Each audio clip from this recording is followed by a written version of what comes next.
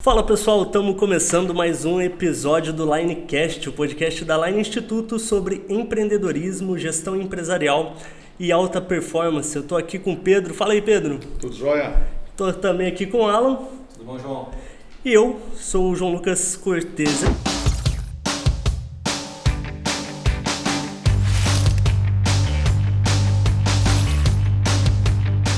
A gente vai falar nesse episódio, pessoal, sobre um assunto que é extremamente relevante e muito negligenciado por vários empresários, que é a parte do financeiro da empresa. Então, se você está a fim de aprender um pouquinho mais sobre o financeiro de uma empresa, o mínimo que você tem que saber para não tomar nenhum susto, para tomar decisões corretas, fica aí com a gente. Antes da gente começar, pessoal, quero pedir para você que você já se inscreva aí no nosso canal, já deixa o seu like, comente, compartilhe aí com seus amigos, que esse conteúdo, quanto mais longe ele for, mais pessoas a gente vai estar ajudando. Você também ajuda a gente que está pensando em você, em trazer um conteúdo de valor para você. Olha só, quero falar aqui para você um pouquinho sobre o que a gente vai falar. A gente vai falar aqui sobre a diferença de regime de competência, regime de caixa. A gente vai falar sobre a diferença de custos fixos e variáveis, sobre CMV, sobre Prolabore, sobre retirada, gestão de estoque, gestão de compras. Então, se você quer aprender um pouquinho mais sobre isso, só continuar acompanhando a gente aí. Acho que para começar aqui, vale muito a pena a gente começar falando sobre uma coisa que o pessoal confunde muito, que é a questão do regime de caixa e o regime de competência, né? Quando se fala em fluxo de caixa, eu vejo que muito empresário faz o controle só pelo fluxo de caixa, outros não fazem controle nenhum. E eu queria perguntar para você, Alan, o que você acha disso? Primeiro, qual que é a diferença, cara, do regime de caixa e o regime de competência? E João, até dando um passo para trás aqui ainda também, por que as pessoas acham, né, o tema financeiro tão chato, às vezes, e que é negligenciado justamente por isso, porque ninguém se interessa de algo chato. Parece que não são amigos do dinheiro. É que, na verdade, a teoria do financeiro realmente é chata, né? E olha que eu sou um apaixonado pela área financeira. Mas quando você leva à prática, é que tu se apaixona. Porque, querendo ou não, quando tu leva à prática e começa a ver ganhar dinheiro, aí o negócio começa a ficar interessante. Então, acho que a primeira coisa que os empresários, né, todo mundo que quer ter um negócio hoje ou trabalhar com um negócio tem que entender isso. É chato até o momento de começar a ver os resultados, aí para de ser chato. Então, cara, faz parte. Vamos passar pela parte chata, como em tudo que a gente tem na vida hoje, tudo. Pode ver, tudo que tu vai fazer na tua vida tem a parte chata. Né? Por exemplo, quer emagrecer, tem a parte chata de ter que fazer dieta, ter que fazer exercício, mas tem um benefício lá na frente.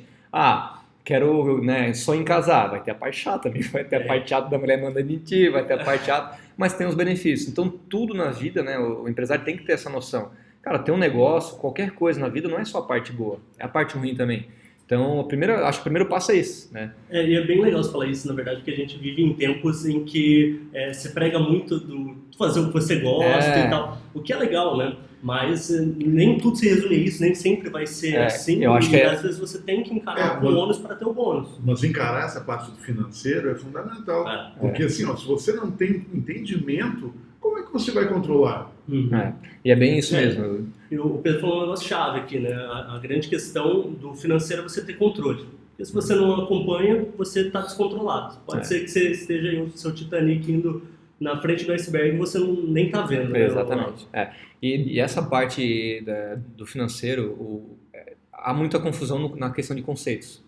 Então, justamente, esse aqui é o principal problema hoje, né? A diferença entre regime de caixa e regime de competência. Como tu mesmo falou, João, tem empresários que não fazem controle nenhum, tem empresários que fazem o controle só por competência e tem empresários que fazem o controle só por contábil.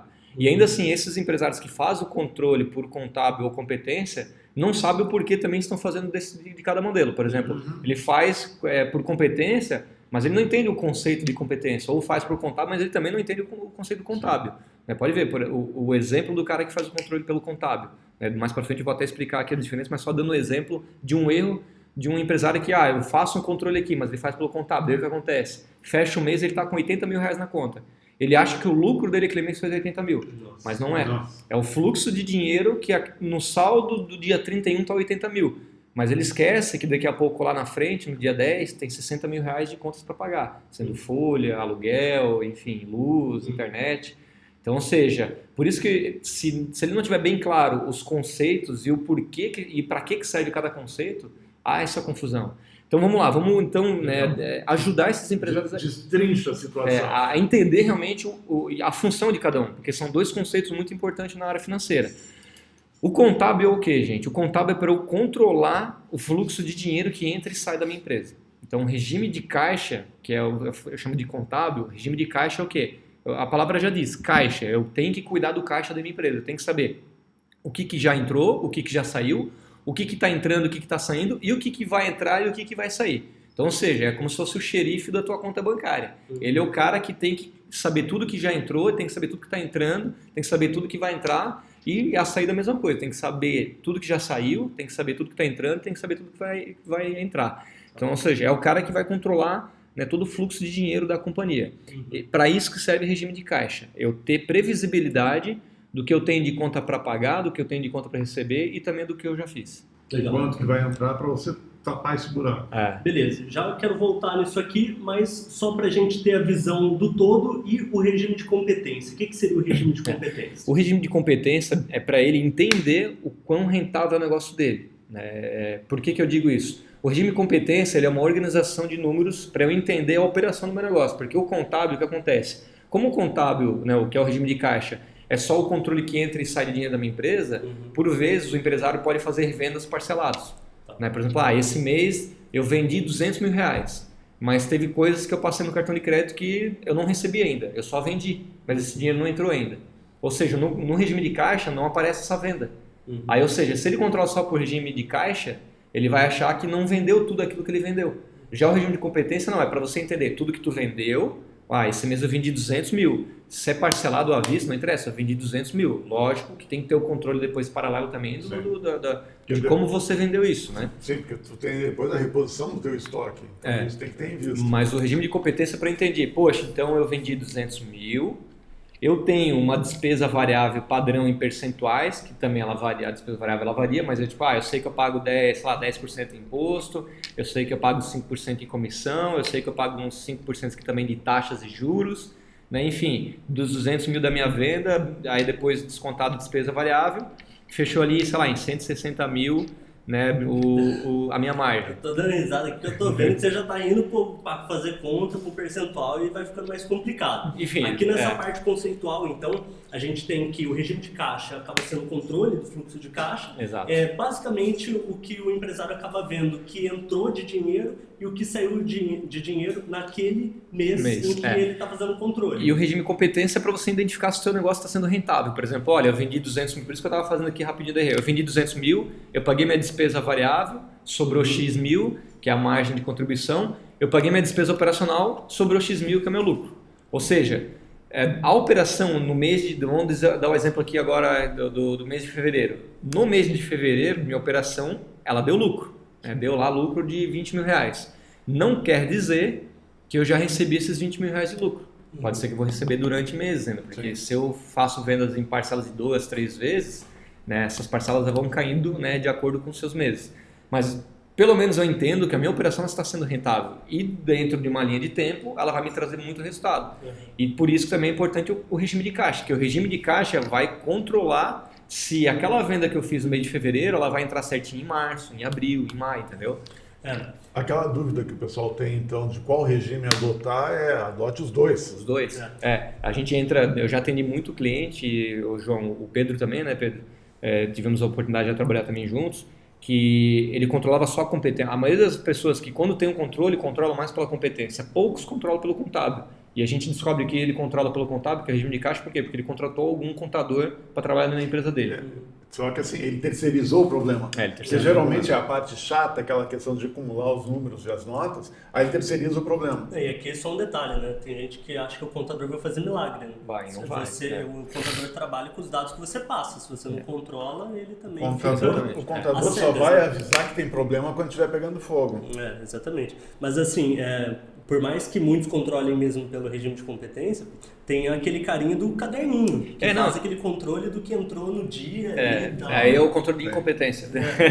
Não, tô brincando. Mas assim, o que acontece? O problema das pessoas que controlam por competência é que daí acontece o inverso do regime de caixa, que às vezes ele acabou o mês de 80 mil na conta, achou que deu 80 mil de lucro.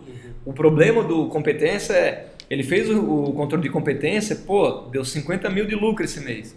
Só que daí ele vai lá ver na conta corrente dele, lá da empresa, não tem 50 mil, tem lá 20 mil. Só que ele pensa, pô, mas por que não deu 50 mil? Por que não tem 50 mil aqui? A conta não fecha. A conta não fecha, mas aí ele sabe, não, que eu vendi parcelado. Mas daí o que ele faz? Eu já vou pegar uma graninha a mais aqui porque eu sei que vai entrar. Porque vai entrar. Então, assim, para você não esquecer, você que está ouvindo a gente, a competência, você pode lembrar que compete àquele mês, Isso. né? Então, aquela parcela lá compete àquele mês de fevereiro que foi feita a venda parcelada. A palavra já justamente diz, né, que compete aquele mês para justamente eu entender a venda e despesa que compete esse mês para eu fazer um balanço se esse mês o meu negócio se pagou ou não, foi rentável ou não, entendeu? Beleza. Porque vai ter meses que o meu competência deu prejuízo, mas no fluxo caixa, tô indo bem. Por quê? Porque teve 4, 5 meses atrás ali que todo mês eu bati meta, eu tive bons resultados, então eu tenho um fôlego. Ou seja, a competência, ele é um indicador do que vai acontecer lá na frente no regime de caixa. Tá. Entendeu? Beleza. E outras coisas aí que você falou também que é legal a gente especificar. Você falou de faturamento e lucro, né? A gente sabe que tem uma diferença, tem gente que acha que faturamento é lucro. O que você acha que é a maior diferença que a pessoa pode ver? Não, isso aqui efetivamente é meu lucro. Porque tem lucro bruto, lucro líquido. O que o empresário tem que saber que isso aqui efetivamente é meu lucro? Um grande erro, né, gente, que o empresário também ele comete ele busca sempre, ele vai sempre em busca do seu lucro, né? Sempre fala em lucro, mas ele não tem controle nenhum do lucro. Né? E o lucro é consequência de quê? De venda e despesa. E realmente a despesa ele também não tem controle. E não tem controle também até porque ele desconhece alguns conceitos também, né? Que é a diferença lá entre despesas variáveis e despesas fixas. Né? Muita gente tem essa confusão na cabeça que não sabe distinguir o que é despesa fixa e o que é despesa variável. Vou falar de grosso modo, o que é despesa fixa? Não quer dizer que o valor daquela despesa é fixo, mas quer dizer que aquela despesa, se você vender ou não, ela vai estar ali te esperando. Ela vai estar ali bonitinha todo mês.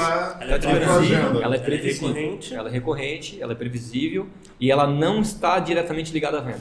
E o que você falou é sensacional, porque o motivo da confusão é justamente esse. Porque como o valor pode ser variável, às vezes a pessoa acha que esse custo é variável.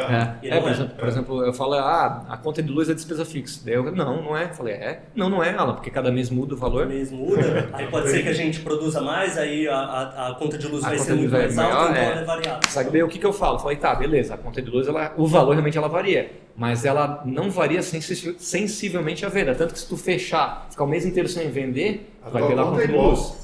Ela vai bater a tua porta. Alguns exemplos aí de despesa fixa que qualquer empresa vai ter. Aluguel, salário, internet, telefone, IPTU, que daí tem ali diluído mês a mês, ou o cara vai pagar terceirizados como contador. Os serviços que tu terceiriza. O serviço de higiene. A tua contabilidade todo mês tem que pagar, o teu jurídico todo mês tem que pagar, o teu sistema que tu usa tem que pagar todo mês, entendeu? Então, o que eu costumo dizer? A despesa fixa, na verdade, ela tem que se traduzir como despesa operacional. O que quer dizer despesa operacional? Esse meu negócio ele é uma operação. O que eu preciso ter nessa operação para ele se manter de pé, funcionando? É telefone, é internet, é colaborador, é meu jurídico, é o aluguel, é o contador, é o sistema. Então, ou seja, são despesas daquela operação, que para ela funcionar, ela exige aquilo. Então, são as despesas operacionais. E o que é despesa variável? É aquela despesa, gente, que varia conforme a sua venda. Ela está sensivelmente ligada à venda. É o quê? Quanto mais eu vendo, mais eu pago imposto. Quanto mais eu vendo, mais eu pago comissão para o vendedor. Quanto mais eu vendo, se eu estou passando no cartão de crédito, mais eu pago taxa, juros, essas coisas.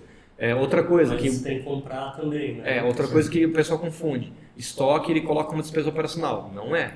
Mas o estoque é da operação, tudo bem. Mas o estoque ele varia sensivelmente de acordo com a tua venda. Quanto mais tu vender, mais estoque tu tem que comprar. Então, ou seja, estoque, mercadoria é despesa variável também. Que é uma das coisas que eles também não controlam. Né? A gente até anotou aqui para conversar sobre isso, que é o quê? É o tal do CMV, né? Que mais para frente a gente vai falar mais profundamente, mas que é o controle da mercadoria vendida, que é uma despesa variável. Então, ou seja, a despesa variável ela só é considerada quando ela sensivelmente é ligada à venda. Aí tem né, muitos, por exemplo, donos de restaurantes, de bares que falam, mas a conta do gás ela tem que ser despesa variável. Eu falei, não, assim, porque às vezes eu chego a dobrar minha conta do gás. Eu falei, tudo bem, cara. Mas se tu não vender nada o mês inteiro, tu vai ter conta de gás para pagar. Por mínimo que seja, tu vai ter conta de gás. E outra, o gás é uma estrutura fixa da sua operação. Sim. Imposto, ela só vai aparecer se tiver venda. Comissão, mesma coisa, enfim. Então, há essa confusão entre a despesa da operação fixa e a despesa variável, que eu costumo dizer que é a despesa da venda. E uma coisa que acaba acontecendo do cara não ter essa percepção, essa clareza, é que, ele não vai controlando ali o fluxo de caixa, como você falou, né? Então, ele não sabe quando ele vai ter contas para pagar. Aí, o que acontece? Acaba vindo boletos, ele vai colocando despesas em semanas que pode ser que o caixa dele não esteja legal, não esteja negativo. Essa própria questão do planejamento, a coisa mais comum que, assim, absolutamente todos os clientes que eu já atendi até hoje, de repente o teu também, aquela previsão para as despesas de 13º salário. Uhum. Que seria a coisa mais normal o empresário começar a juntar em janeiro, fevereiro, março, todos os meses separando um pouquinho para as despesas de fim de ano. Uma fraçãozinha. Aí quando chega em dezembro, final de novembro, ali que ele já tem que pagar o 13º, aí ele desespera. Daí ele quer pegar um empréstimo no banco, ele quer correr atrás, coisa que ele poderia ter planejado. Até trazendo exemplos aqui, João e Pedro, para ajudar, né, o nosso ouvinte, para que serve, né, então o regime de competência, né? Fazer uma DRE para o regime de competência? Para eu entender se meu negócio é lucrativo. Na verdade, eu costumo dizer que qualquer negócio ele é lucrativo, desde que se haja uma administração saudável sobre ele. Não existe um negócio que dê prejuízo. Se dá prejuízo é porque então não é um negócio. Agora, qualquer coisa que você faça tem que dar lucro. Só que, lógico, tem que administrar bem esse negócio. Então, o regime de competência, ele serve para o quê? Eu identificar onde é que está o meu erro se ele não estiver dando lucro, né? Quando a gente entra num cliente e começa a montar a DRE de competência, primeiro que essa falta de clareza do que realmente é a despesa da empresa, né? Que muita gente, às vezes, né, coloca despesas pessoais dentro da empresa e não é o certo. Mas, então, a competência serve para estruturar quanto que eu estou vendendo, quanto que eu estou pagando de despesa variável, que daí essa composição junto com a receita vai gerar minha margem de contribuição, essa margem de contribuição vai pagar essa minha despesa fixa para daí eu entender se está dando lucro ou não. Aí, digamos, montei o regime de competência e lá na linha do lucro deu 10 mil negativo. Eu vou ter que fazer o quê? Eu vou ter que analisar esse controle de competência. A minha venda está coerente com o mercado? Eu estou vendendo realmente de maneira satisfatória? O Pedro atendeu uma vez um restaurante lá em Tubarão que tinha uma estrutura que só a despesa fixa era o dobro da venda que estava ocasionando na época. Então, ou seja, quando a gente analisa uma DRE competente, já fala, olha, a tua venda está fora de... Não adianta a gente enxugar a despesa aqui, que o teu principal problema hoje é a tua venda. Eu lembro que na época era uma despesa fixa de 70 mil e a venda estava entre 35 e 40 mil. Ou seja, a tua venda já está muito menor que a tua própria despesa de operação. Ou seja, ali aparece o que você tem que focar para mudar esse cenário. Digamos que é um termômetro. A competência é um termômetro e o regime de caixa é a realidade. Aqui a competência me ajuda a identificar onde é que está o problema. Olha, tem que vender mais, eu tenho que melhorar minha margem, eu tenho que otimizar minha despesa fixa. É um norte que aquilo dá. Porque dá previsibilidade, né? Previsibilidade. Então, assim, na competência eu enxergo, olha, o meu negócio agora está dando lucro. Fechou. Então tem que manter isso aqui, tem que manter essa venda nesse patamar, tem que melhorar, sempre deixar minha margem nesse patamar, minha despesa fixa não posso fugir disso, vai dar lucro. Mas a parte financeira, ela não fica isolada só nesse setor. Isso. Porque assim, na hora que você viu esse número, você vai pensar, ok, atingi o número, o que eu fiz que deu certo, o que eu tenho que repetir? Ou seja, você vai influenciar o marketing, vai colocar a gestão de pessoal, vai colocar toda o ciclo funcionando. A grande questão é você ter esse controle para tomar decisões, né? E aí, se você tem um financeiro que é integrado com o seu comercial e acaba tendo esse problema que eu falei, olha, a gente tem boleto vencendo ali, nosso caixa não tá legal. Bota a meta para esse pessoal para vender à vista, né? Para entrar dinheiro ali. E aí vai aquela coisa, se você terceiriza o teu financeiro, você não vai perceber nada disso. E teu negócio, de repente, vai ser um grande problema. Não tem essa sensibilidade. É que, assim, o regime de competência... Quando a gente fala de financeiro, eu sempre costumo falar que... eu falo muito para os nossos licenciados, use o financeiro como ferramenta de venda. Ou seja, use as deficiências que os empresários têm hoje no financeiro para você conseguir vender o seu trabalho. Porque hoje, qualquer consultor empresarial que tem um domínio financeiro, tem boas soluções... Tu entra numa empresa, tu faz esse empresário ganhar dinheiro. Porque hoje é muito mais fácil tu ajudar o empresário a deixar de perder dinheiro do que tu aumentar a venda dele. Entendeu? Então, a primeira ação é financeira. Entra numa empresa, organiza o financeiro. E o regime de competência é bacana, porque o regime de competência eu enxergo esse cenário real da empresa. O Pedro falou um negócio muito importante ali, que é a questão do 13º e férias. O empresário ele só vai lembrar do 13º e férias lá no final do ano, e o que acontece, como ele está todo desorganizado, todo ano ele faz empréstimo para o banco. Ele vai lá, faz um empréstimo para pagar o 13º e férias, parcela em 12 ou 24 vezes, E aí começa o acúmulo. Eu já peguei clientes aí que tinha 4, 5 linhas de crédito pagando de folhas de 13º e férias de anos passados. Por quê? Ele não faz essa provisão. Ou seja, peguei meu regime de competência, eu tenho que colocar minhas despesas operacionais, que é a despesa fixa. Eu tenho que já considerar naquele mês, por mais que eu não vou pagar aquela conta, mas eu tenho que considerar 13º, férias. Por quê? Porque essa operação precisa me gerar lucro ali na última linha, já considerando que eu vou pagar 13º e férias. E até multas rescisórias, sem colocar ali, às vezes, porque pode ser que tu demita alguém durante o ano, tu vai ter que pagar alguma multa, enfim. Em vários tipos de empreendimentos, tu também tem que planejar uma reforma, alguma coisa que tu vai fazer no prédio, troca de frota, tudo isso tem que ser previsto em provisões. Porque o que acontece? No competência, quando você coloca ali a provisão de 13º e férias, todo mês tu vai criar metas de vendas e vai buscar um resultado que te gere um lucro acumulado, que lá em novembro, quando tu pagar a primeira parcela do 13º, tu já tenha saldo no regime de caixa para pagar aquela despesa. Agora, se eu não provisiono isso, o que vai acontecer? Vai chegar novembro, eu vou ter que aumentar muito a minha venda para conseguir compensar essa despesa, entendeu? E se não vai para uma linha de crédito que vai te comer o dinheiro. Isso tem muito a ver com a importância dele ter uma previsão orçamentária, né? Porque se ele vai fazer uma rescisão imprevisto, a gente não sabe, né? Senão não seria imprevisto. E pode ser que aconteça, você tem que estar preparado. A gente fala até que uma pessoa física deveria ter pelo menos 3 meses de reserva financeira, né? De um colchão financeiro. Imagina uma empresa, né? Tem gente que fala de ter 3 meses, mas 3 meses é muito pouco. Né? Deveria ser no mínimo 6 meses e ainda assim é meio arriscado. E é engraçado porque se você, enquanto pessoa física, parar para observar, né, se você já tem alguma vida, se você usa cartão de crédito e tal, já há algum tempo que você paga suas contas, pode dar uma analisada aí na sua fatura que provavelmente você, pessoa física, paga coisas que você não se dá conta. Você está pagando uma mensalidade aí do seu cartão, que na verdade seria uma parcela da sua anuidade de R$50, de R$60, você não percebe, uma taxa do banco, você não percebe.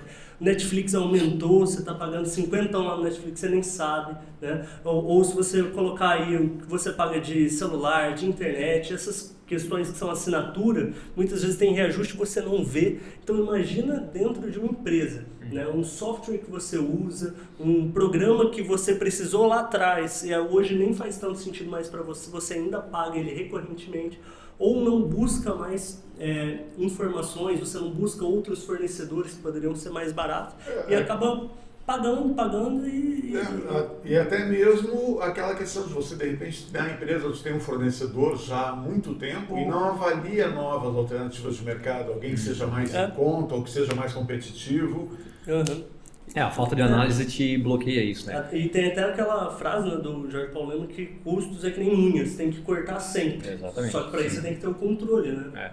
E o que tu falou ali, João, da questão da reserva, ela é muito importante porque é bem como tu falou, se um ser humano, uma pessoa, que é uma entidade que tem um custo, física, né? tem um custo muito reduzido, já é interessante a gente ter essa segurança de ter pelo menos 3 meses, né, do salário lá na conta paradinho para qualquer imprevisto. Imagina uma empresa, né, que tem um gasto muito elevado. E que envolve a vida de muita gente, a família. Uma responsabilidade muito grande. É complicado. E essa questão de rescisões, aspecto pontual em vários clientes, quando ele começa a fazer um processo de depuração da empresa, colocar os processos e tudo, ele tem uma série de funcionários que ele tem que demitir. Porque a gente que é prejudicial lá dentro, que não está produzindo ou que está contaminando. E ele não consegue demitir porque ele não tem como pagar a rescisão. Tem muita gente que acaba ficando com um funcionário problema porque tem medo de demitir ele e sofrer uma ação trabalhista. E não vai ter dinheiro para pagar isso. E outra, né, gente? Quando a gente fala aí da questão que ele tem que ter uma reserva, que é um tema que a gente vai falar mais pra frente, mas já antecipando aqui, que é um erro muito grave também dos empresários, quando fechou o ano, poxa, a empresa gerou de lucro R$300 mil. Tem empresário que vai lá e cata aqueles R$300 mil e deixa na conta física dele, entendeu? Ou seja, cadê o colchão da empresa? Nenhum.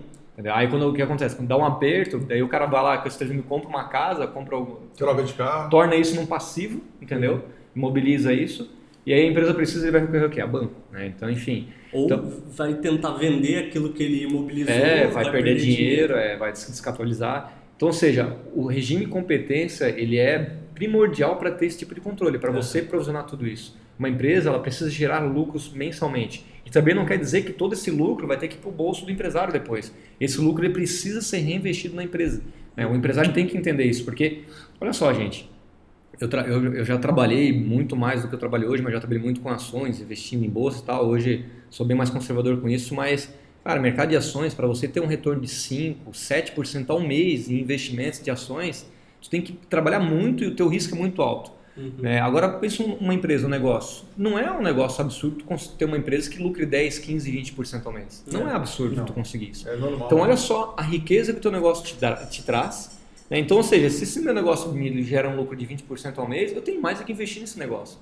Porque se eu investir 100 mil, ele vai trazer mais 20 mil. E se eu investir 200 mil, ele vai trazer mais 40 mil. Então, ou seja, o empresário precisa ter essa consciência, né, que esse regime de competência vai dar esse norte para ele. Desculpa, eu ia falar. É que tem muito empresário que tá aí buscando, poxa, como que eu vou investir meu dinheiro, ganhar mais, né? Sendo que muitas vezes, né, nada errado em relação a isso. É bom que você invista, né? Não vai colocar seu dinheiro lá na poupança, mas assim, se você investir no seu negócio, o seu retorno pode ser ainda muito maior. E aí tem até uma frase que o próprio Clailton fala bastante, que é assim, ele pergunta para o empresário, né? Tá, mas você investiria numa empresa que você não consegue ter acesso aos números? Pensa, se você vai comprar uma empresa lá, aí você pergunta para o cara, tá, quanto que você fatura? Quanto que você lucra? Qual que é seu custo? Qual que será que vai ser meu retorno sobre o meu investimento? E o cara não tem nenhum número para te passar. Você faria um investimento nessa empresa? Você compraria essa empresa? Não tem como. Ele falaria que não, mas ele está fazendo isso com a própria empresa. Ele não conhece os números e está investindo lá mês a mês. E o pior, né, João, que, por exemplo, essa previsibilidade que a competência nos traz, ao mesmo tempo que tu não tem isso, tu torna um outro problema. Por exemplo, se eu não tenho esse controle das minhas despesas e do meu lucro mensalmente, o que vai acontecer? Por exemplo, ele não tem provisão de nada, ele não tem provisão de 13º, férias, multas, a casa, enfim. Ele não controla as despesas, então, ou seja, ele está gastando demais. Ele não consegue ter uma ação sobre a venda, porque ele não está analisando aquilo ali. Aí daqui a pouco ele reclama, o meu negócio não é lucrativo. Acontece muito isso quando a gente entra, a gente inicia um trabalho num cliente, a primeira coisa que ele fala, olha, o meu negócio não está dando lucro. E a gente começa a analisar a DRE, a gente monta, né, na verdade, no maioria dos casos ele não tem DRE. Ou ele tem algo que ele diz que é um controle, mas a gente vê que não é um controle bem montado. A gente começa a avaliar ali e começa a pegar algumas coisas tipo, poxa, empréstimo 1, empréstimo 2, empréstimo 3, empréstimo 4. Simples 1, simples 2, simples 3, né? Tipo, tudo em despesa fixa. Daí eu falo, tá, mas o que é esse empréstimo 1, 2, 3, 4 aqui nas tuas despesas operacionais? Não, isso aí é empréstimo que eu tive que fazer para a empresa porque a empresa não gera lucro. Ele falou, não, peraí, cara, como tua empresa não gera lucro? Aí tinha lá também, ou seja, reparcelamento de Simples Nacional, não estava pagando imposto. Aí que é um erro que eles cometem? Tira aí, porque assim, a tua empresa, a tua operação não tem esse tipo de despesa. Empréstimo, refinanciamento de imposto, isso é uma consequência de uma má gestão administrativa, que tu não conseguiu capturar o lucro do teu negócio, tu teve que recorrer a banco. Isso, na verdade, é um investimento. É o dinheiro que tu recorreu ao banco para investir no seu negócio, tendo, né, a esperança de que esse negócio vai pagar esse investimento. Então, ou seja, pega essas despesas de empréstimos, refinanciamento de imposto, coloca após o teu lucro. Muitas vezes a gente fazendo isso nos clientes, o cara fala, a gente ia analisar, lógico, a gente orienta e a gente traga para o financeiro da empresa. O financeiro vai lá e preenche a DRE, a gente vê, deu 5 negativo de lucro. A gente começa a fazer essa organização das informações. E quando a gente começa a tirar empréstimo, refinanciamento, a gente começa a analisar também Prolabore, que é outra coisa que também é um absurdo. Né? Enfim, mas a gente isola essas despesas que não fazem parte da operação, dá 10%, 12% de lucro. Ou seja, a gente fala, cara, teu negócio é lucrativo, teu negócio gera de 10% a 12% ao mês de lucro. Qual que é o problema? Tu ficou tanto tempo sem administrar direito esse negócio que tu acabou gerando uma dívida maior que o lucro da tua empresa. Então, ou seja, agora a gente vai sentar lá com o teu gerente do banco e vai falar, meu amigo, se a gente não renegociar esses empréstimos aqui, a empresa vai quebrar. Porque a empresa é saudável, gera 10%, 12% de lucro ao mês, não é tão fácil, simples a gente aumentar para 15%, 20% já no próximo mês, a gente vai ser um trabalho a longo prazo. E aí dá o susto no gerente do banco. Aí tu diz para ele, tu quer receber ou tu não quer? Tu quer a empresa quebrar, tu não recebe. Exatamente. Então, assim, o regime de competência ele é muito bom para isso, para dar essa clareza para os empresários, porque o empresário ele vive ofendendo a empresa, esse negócio não dá lucro, mas na verdade... Na hora que ele percebe isso, muda a mentalidade dele. Aí o financeiro que era chato... de uma forma diferente. O financeiro que era chato começa a ser legal. E falando do Prolabore ali, João, que isso também é um negócio que preocupa muito. Antes de você falar, né, falando mais sobre o Prolabore, explica primeiro o que é, afinal, o Prolabore. Né? O Prolabore, em resumo, é o salário do empresário. Em latim significa pelo trabalho. trabalham. Então, ou seja, é o quanto que o empresário tem, né, ali de, como se fosse o salário dele. Ele define esse prolabore, né? E o grande problema é isso. A maioria dos empresários não definem o seu prolabore, né? Tanto que a gente fala assim, quanto tu está tendo prolabore? Eu nem tenho prolabore. Essa empresa dá prejuízo. Assim, eu não tenho como ter meu salário. Eu não tenho como ter meu salário. A empresa não paga meu salário. Só que quando a gente vai analisar a DRE com ele colocou ali o colégio da filha está na DRE da empresa, o financiamento do carro da mulher está na DRE da empresa, a compra do apartamento na praia está na DRE da empresa, enfim. Eu só acredito que o empresário possa falar assim, eu não tenho prolabore e que ele não está tirando dinheiro da empresa, se ele já tem uma outra empresa, já é bem sucedido lá, e ele está começando com um investimento novo, que temporariamente ele não está tirando nenhum Porque a gente pergunta, mas teu aluguel da tua casa está atrasado? Não. Teu carro está atrasado? Não. Então, da onde sai o dinheiro? Não é que sai o dinheiro, exato. E João, eu já peguei casos de empresas que o empresário estava tirando 22 mil por mês da empresa. Ele estava sangrando a empresa. Mas não a título de prolabore. Não. Ele pegava. Ele pegava. Na verdade, ele não tinha nem o sentimento de pegar. Por quê? Porque ele terceirizava as despesas pessoais dele para a empresa pagar. E ele depois ele ficou tão chateado comigo, ele falou, não, mas a empresa tem que pagar essas minhas despesas, porque eu trabalho para ela. Eu falei, tudo bem, mas olha só, a empresa ela tem que ser saudável. Você tem que definir primeiro quanto que você precisa para sobreviver, para manter a tua vida que tu tem hoje, pagar teu carro, tua casa, o colégio da filha, tal. Aí a gente fazia assim, 8 mil, beleza, então 8 mil, jovem, vai ser o seu salário, agora, seu salário. A empresa ela vai lucrar 10%. E aí pode ser que ele fale, mas tem um gerente lá que ganha 8 mil, eu vou ganhar o mesmo que ele. Daí? Exatamente, falar, mas é a despesa da tua operação, mas o lucro de 10% dessa empresa, lá no final do ano tu vai poder participar desse lucro. Mas todo mês tu tem que se organizar para ter esses 8 mil. Por quê? Porque hoje, como tu não controla, tu está tirando 10, 15, 20 mil da empresa. E assim, ele tem que fazer com qualquer um. Ou seja, se está faltando dinheiro, corta a despesa, corta a unha. Um argumento ótimo assim, para o empresário entender a importância do prolabore é que é o seguinte, a empresa ela tem que estar já acostumada com essa despesa mês a mês, porque vai chegar o dia que você vai querer se afastar da empresa e vai querer colocar alguém para tocar o negócio. Então, a empresa ela tem que saber que vai chegar um momento que vai ter um gestor ali que vai receber o que vai ser o salário dela, mas que antes era o seu prolabore, para que você possa investir em outros negócios ou curtir sua vida e fazer da empresa ali a sua renda passiva. E outra, né, João? Tem muitos empresários que sonham em, eu quero franquear o meu negócio, quero transformar o meu negócio numa rede de lojas e tal. Então, ou seja, tu tem que ter um padrão, né? Tu tem que ter uma organização, tem que ter uma estrutura de custos e tudo mais. Então, ou seja, esse teu negócio ele precisa ter uma estrutura de custos por trás que se paga. Né? Então, ou seja, se o próprio empresário não definir o prolabore dele, ele nunca vai conseguir replicar isso ou também nunca vai ter uma organização financeira. Né? Então, ou seja, ele precisa ter esse controle, né? Ele tem que limitar o ganho. O que ele pode fazer é, olha, à medida que a empresa vai faturando mais, pode ser que eu melhore um pouco o meu prolabore. Mas e outra, gente, existem maneiras e maneiras de o empresário ganhar bastante dinheiro com a empresa, porque o prolabore é taxativo de impostos, agora retirada de lucro não. Entendeu? Retirada de lucro você consegue quase que se isentar de impostos. Então, ou seja, não é inteligente tu ter um prolabore muito alto.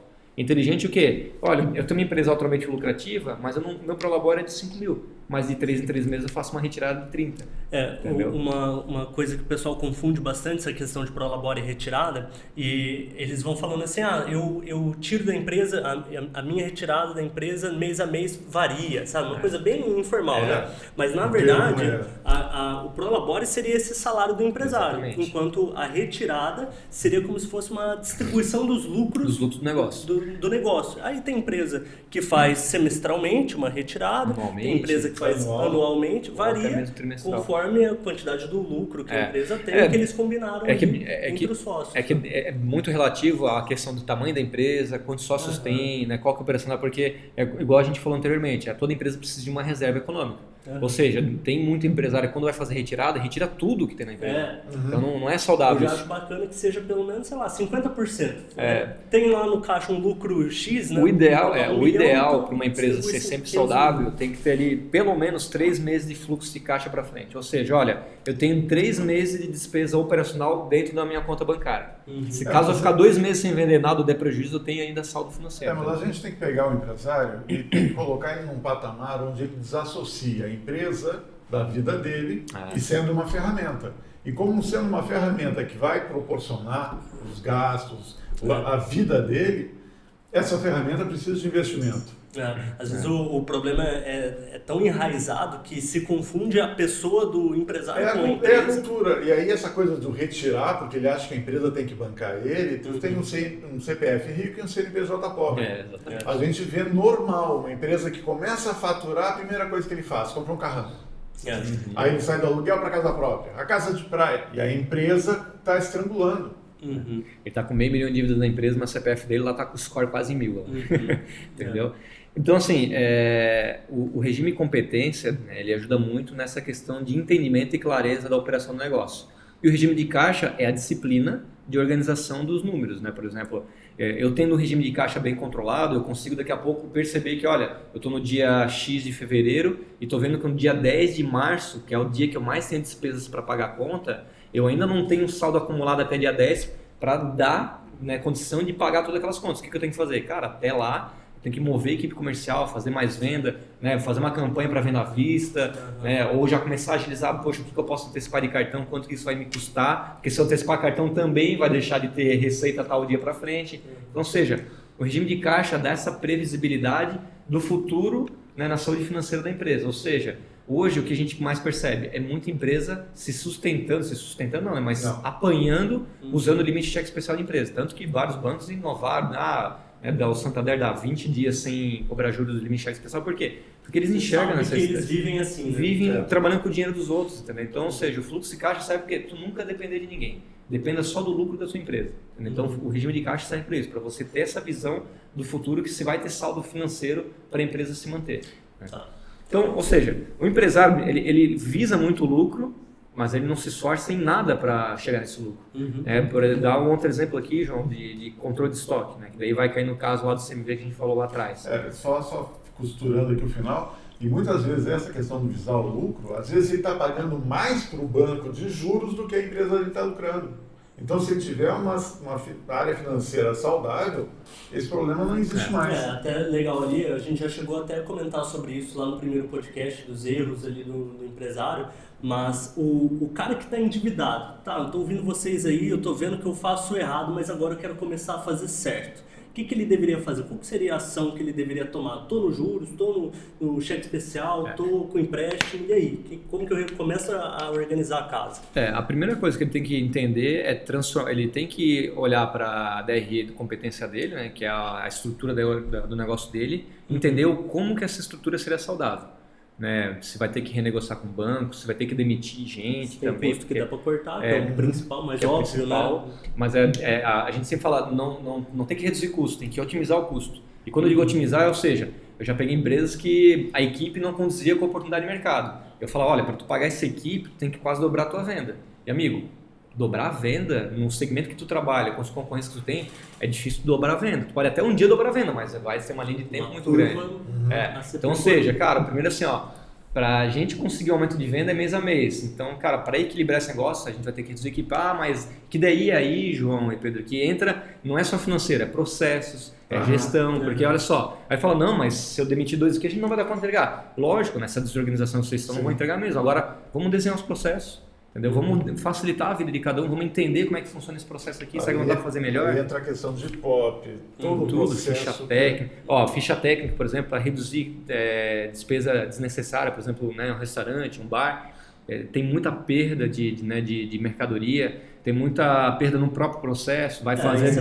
Toca num ponto bem importante, que era essa questão da perda de mercadoria e tal. Eu vejo que muitos empresários não têm uma gestão das compras e do estoque dele, né? Primeiro que assim, né, quando a gente vai trabalhar com o empresário, a gente pergunta para ele qual que é o lucro dele, muitos falam, né, que não tem o controle, e quando algum empresário chega a comprar e fala, meu lucro em média é X.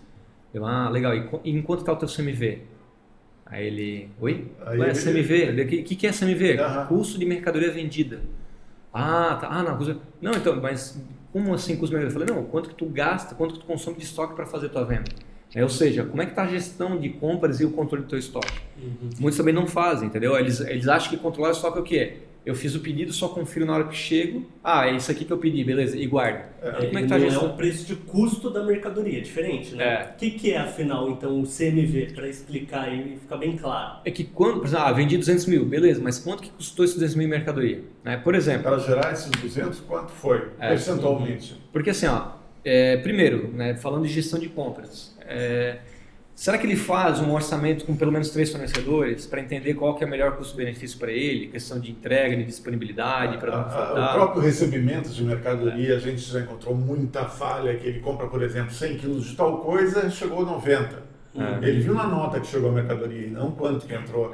Então, na hora que vai vender, os meus processos, a área de planificação e restaurante, fala-se que o CMV tem que ser na faixa de 30% a 35%. Somente fazendo isso com as receitas, com os produtos que esse pessoal trabalha, muitas vezes já se resolve o problema. Então, essa falta de consciência, digamos assim, né? Porque não é só receber mercadoria e ainda ele analisa bem e mal se realmente está recebendo o que está na nota. Registra, né? O que chega, o que sai. Mas depois que ele coloca para dentro de casa, ele não faz mais gestão disso, né? Tanto que eu brinco muito que, principalmente, né, empresas que consomem estoque para fazer venda, às vezes ele se preocupa muito mais com os 10 mil reais que estão ali na caixa registradora do que com os 500 mil reais que estão em estoque armazenado. Entendeu? Então, ou seja, os 500 mil reais em estoque ninguém controla. Agora os 10 mil não, aqui no caixa só eu mexo. Entendeu? É uma visão muito, muito pequena, né? Isso que você falou do estoque é muito legal porque o cara realmente tem um dinheirão lá em estoque que ele não controla, que fica lá, e ele tá preocupado ali com aquela quantiazinha que ele tem na caixa dele, né? Coloca a câmera lá na caixa e depois fica desconfiado que pode ser que tenha funcionário furtando o estoque dele, só que ele não tem como comprovar porque ele não tem controle nenhum, né? Não, chega a ser engraçado, né? Porque às vezes a gente pega os empresários no escritório deles só olhando a câmera, assim, né? Acompanhando ali, será que vai me roubar? Ou vai viajar, tá no celular olhando a câmera.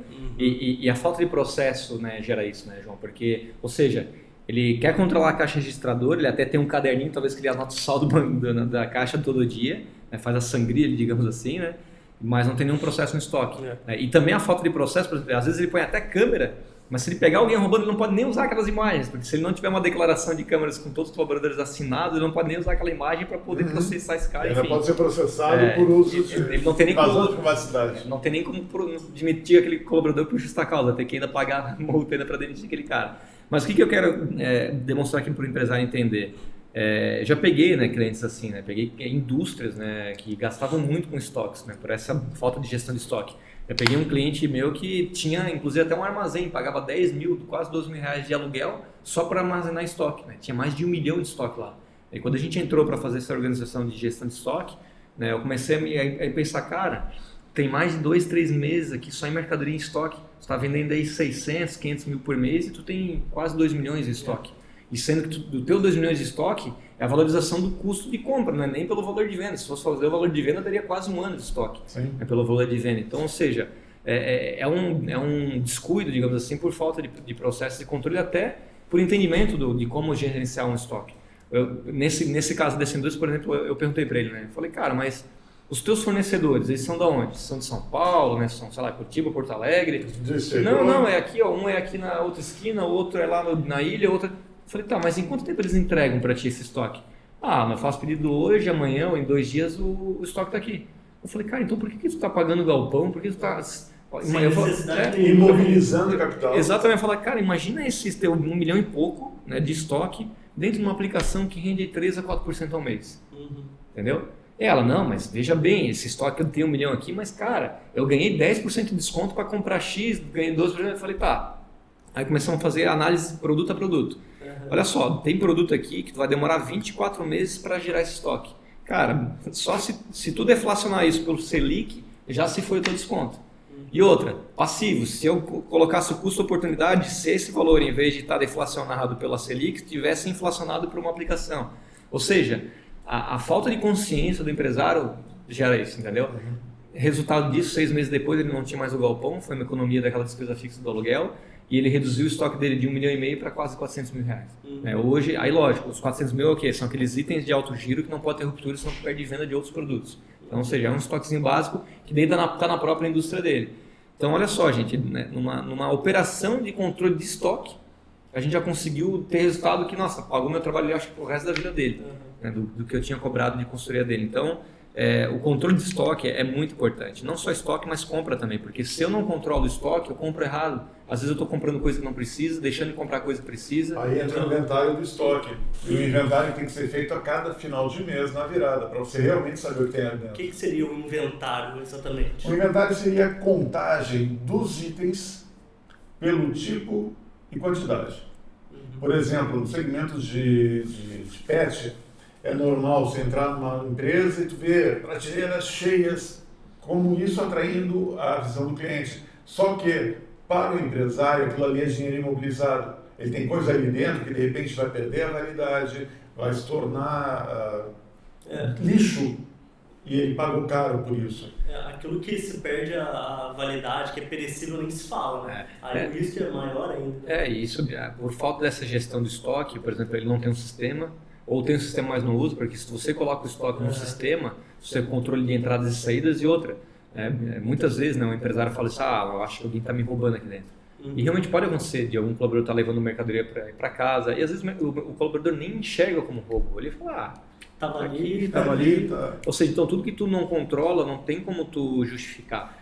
Então, e o que você falou é bem legal, porque se nem o empresário muitas vezes está levando a sério, como é que o colaborador vai levar? Então, assim, o empresário deixa largado lá. O ideal é o quê? Cara, tem a gestão, tem um sistema, por exemplo, estoque mesmo, tu mata por exemplo, essa contagem de estoque mensal é para aquele cara que não tem um sistema. Agora, se tu tem um sistema, tu vai fazer auditoria 1 ou 2 vezes por ano. Que é o quê? Tu começa a ver os balanços de fechamento de sistema e começa a pensar, cara, mas no meu fluxo de caixa não está começando a descolar muito da minha competência. Então, ou seja, cara, pode ser que eu esteja tendo perda de estoque. Aí faça uma auditoria para identificar se estou roubando, ou se está vencendo o produto e ninguém está dando baixa como vencido, né? Porque mercadorias que são perecíveis, cara, para você perder mercadoria por vencimento é muito simples se tu não tiver um controle de estoque bem adequado. O normal, aquela coisa de restaurante, por exemplo, aquela história do garçom pedir para o cozinheiro, coloca um pouquinho a mais aí porque o cliente... Cara, o preço que você está cobrando no teu produto é o mesmo, mas o que está sendo dado a mais, isso no final, quando somar tudo, ele pesa muito. Legal, isso que vocês estão falando é bem interessante, bem legal. E agora, para a gente fechar esse raciocínio, o que exatamente isso tem a ver com o CMV? Então, para fechar esse raciocínio, gente, o que acontece? Toda essa gestão, esse controle do estoque, se eu tenho o controle de estoque por produto, eu vou ter, então, tenho o produto A, B e o C, o produto A me custa R$10, o B me custa 15, o C me custa 20, eu tenho quantidades X, Y, Z em cada um, a soma disso tudo vai dar, sei lá, R$100 mil. Então, ou seja, eu comecei o mês com R$100 mil. Daí, dentro daquele mês, entrou R$80 mil de mercadoria e eu finalizei o mês com R$110 mil. Né? Ou seja, então, eu entendo o quê? Se eu comecei o mês com 100 mil, entrei de estoque de mercadoria nesse mês 80 mil e finalizei o mês com 110 mil, é uma continha simples matemática que eu consumi 70 mil reais de estoque. Porque se eu tinha 100, entrou 80, 180 mil. Se eu fechei o mês com 110 mil, então eu consumi 70 mil reais. Esses 70 mil reais sobre a minha venda, por exemplo, digamos, eu vendi 200 mil reais. 200 mil reais, divide os 70 mil sobre 200 mil, vai dar o percentual do CMV. Vamos fazer uma continha rápida aqui, eu sou bom em matemática, mas também não sou uma calculadora, né? Mas se eu pegar aqui 70 divide por 200, para fazer uma conta simples, deu um CMV de 35%.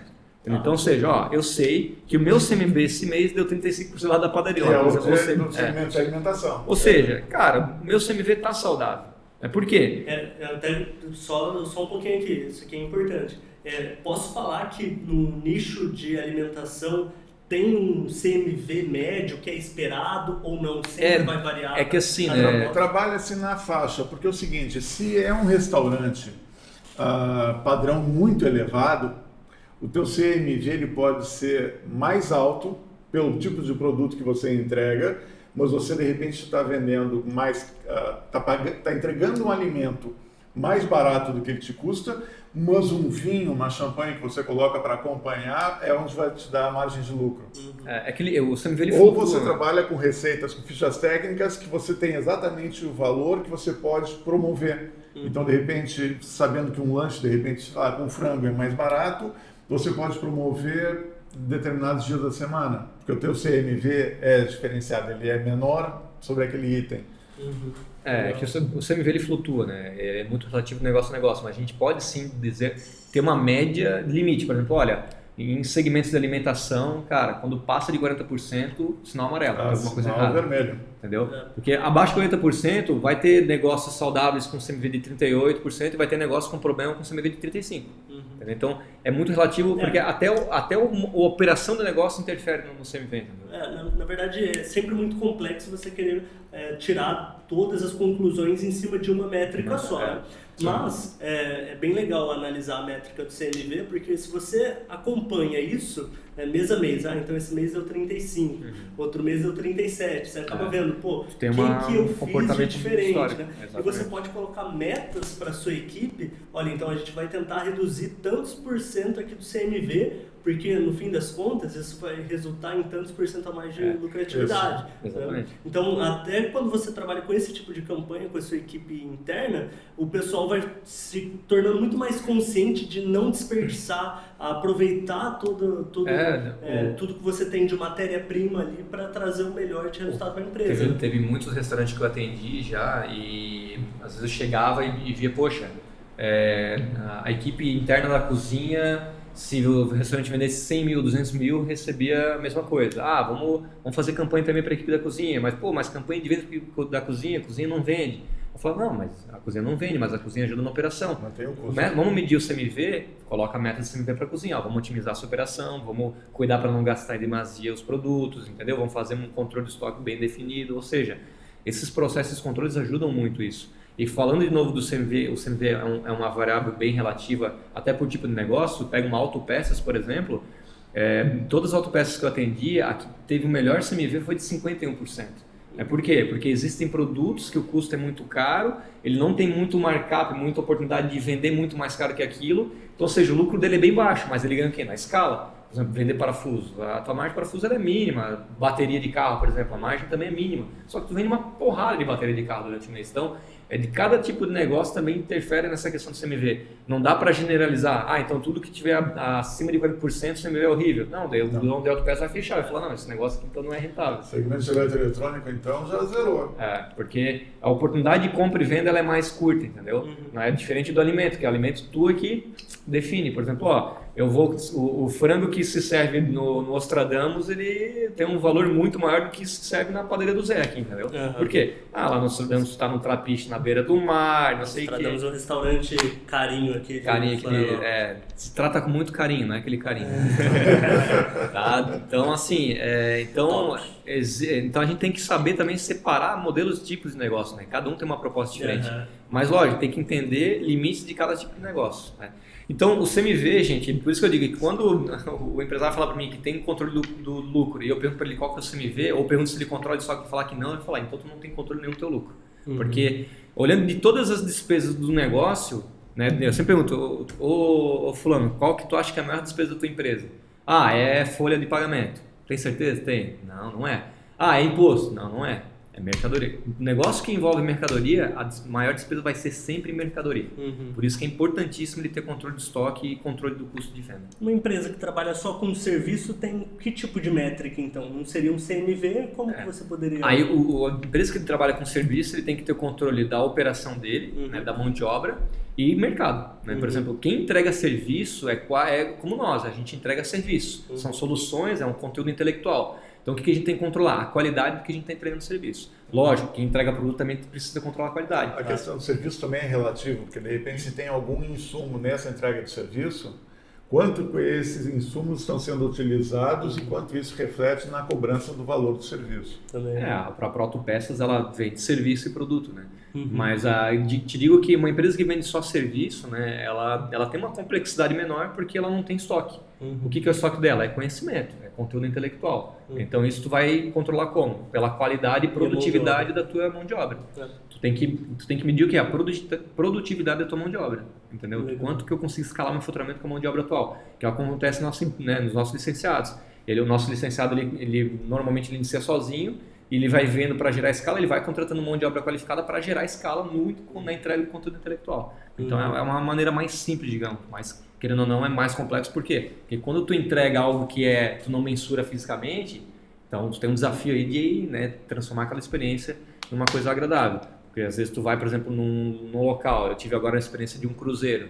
Eu achei sensacional. A minha experiência do cruzeiro foi sensacional. Por mais que o serviço lá foi mais ou menos. Mas como o produto era sensacional, eu tive uma experiência boa. Agora, se aquela equipe trabalhasse para entregar um serviço, a minha experiência seria péssima, entendeu? Então, existem essas diferenças. Olha só, eu acho que a gente pode ter uma boa ideia aqui do dos conceitos básicos que o empresário tem que ter do financeiro. Quais são os sinais de alerta que precisam acender ali na cabeça dele para ele ou tomar decisões, ou procurar alguma ajuda externa, ou mudar completamente o que ele está fazendo até agora. E a gente sabe também que, apesar disso, esse assunto pode gerar várias outras dúvidas, né? Fiquem sempre à vontade para mandar seus comentários para a gente, até mandar direct no Instagram, a gente vai estar disponível sempre, assim como qualquer licenciado nosso que você encontrar por aí. E esse episódio vai ficando por aqui, né? Eu agradeço a presença aqui do Alan, agradeço aqui também a presença do Pedro. Peço para você que está nos ouvindo, se você gostou desse conteúdo, compartilhe com seus amigos, compartilhe com alguém que precisa ouvir isso, que poderia se beneficiar desse conteúdo que a gente faz aí com carinho para você. E se inscreve no nosso canal, comente, interage com a gente, que é muito bacana esse feedback de vocês. Valeu, pessoal! Valeu, João. Obrigado. Valeu, Pedrão. Valeu, pessoal. Um abraço.